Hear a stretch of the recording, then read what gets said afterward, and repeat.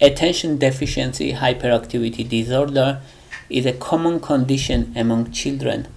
It affects around 6% of world children's population. It is more common among boys, twice as common, and usually diagnosed before the age of 12. And it's not only childhood disorder, but half of patients, 50% of patients, symptoms lasts during adulthood. So it's chronic condition and affects person's whole life in many cases. Now let's say about symptoms, what is most important. First and most profound symptom is inability to focus. Usually such kids can't focus what they are doing, and inability to complete tasks. That's most important. They can't complete their task, everyday tasks, for example at school. Second and important symptom also is hyperactivity. Such kids can't sit down quiet for prolonged period of time. They always moving, fidget or scream in their seat, and difficulty sit for a long period of time. It's hyperactivity. Such kids are hyperactive. And impulsivity. Impulsivity means they act without thinking. They don't wait their turn, for example at school. For example, they running into street without looking around. That's impulsivity. They answer without thinking. And how it will be in adulthood, you may see many talented people and they are creative many cases, but they starting lots of things and they don't complete them, and they are messy around them.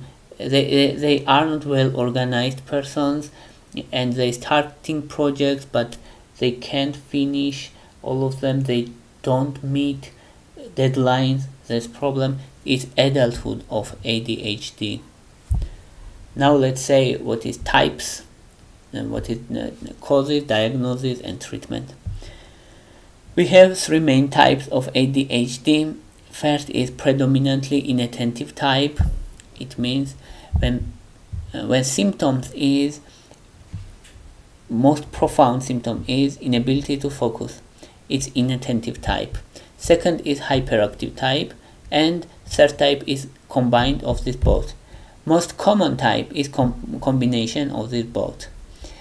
Of course, impulsivity is also here. So combination of these symptoms is most common type, around 60% of cases. Inattentive type is represented around 30% of cases, and hyperactivity only is represented around 10% of cases.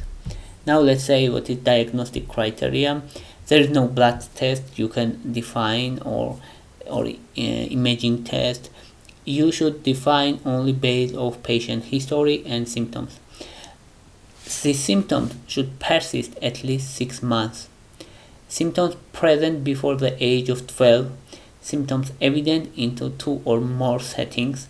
It means these symptoms should be represented, for example, at school and at home also.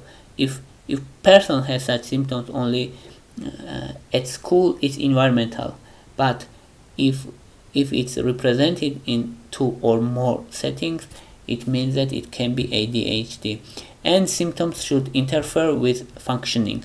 It's important because if person can accomplish everything, every instructed tasks, then it's not ADHD. ADHD is when person has problem to accomplish tasks and it affects daily life. If it does not affect daily life, it is not ADHD. Now let's say causes. ADHD is not studied well, and we can't define what is cause of ADHD exactly. It's strongly genetic, and environmental factors such as contact of toxins during pregnancy and alcohol consumption during pregnancy can be risk factors, or low birth weight also risk factor. And most important, what we know is that here is dysfunction or imbalance of two neurotransmitters, norepinephrine and dopamine.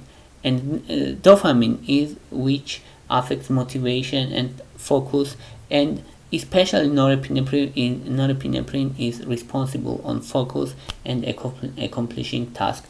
So these two neurotransmitters are imbalanced in the brain. That's what we know about ADHD. Of course, exact mechanism we don't know. And first line treatment is stimulants such as methylphenidate and amphetamines. They are stimulants, and they increase level of norepinephrine and dopamine both, and they have 70 to 80% effectivity. Behavioral therapy is also effective, and it's usually combined with medication.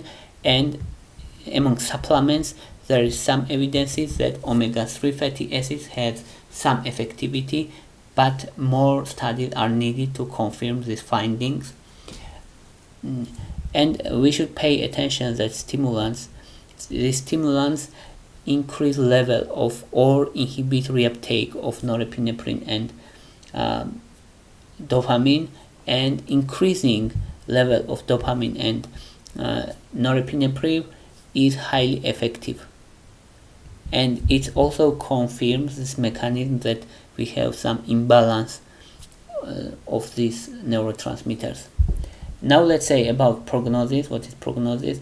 Prognosis usually is good if treated properly, but here is one limitation, that when person restricts intake of this medication and stops taking medications, symptoms will reoccur in many cases, and in many cases also this disease will continue into adulthood in 50% of cases. So it's chronic disorder. It's not total disease. We have no material substrate of this disease, so we can say that we have specific medical tests, we have specific abnormalities. No such thing. Only small changes in anatomical structure of brain may be observed, but it's not enough to say that it's pathological or such thing. That's why we're calling it disorder. And in 50% of cases, it's continue during adulthood.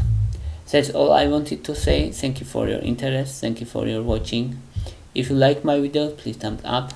If you like my channel, please subscribe. Thank you very much. Bye for now.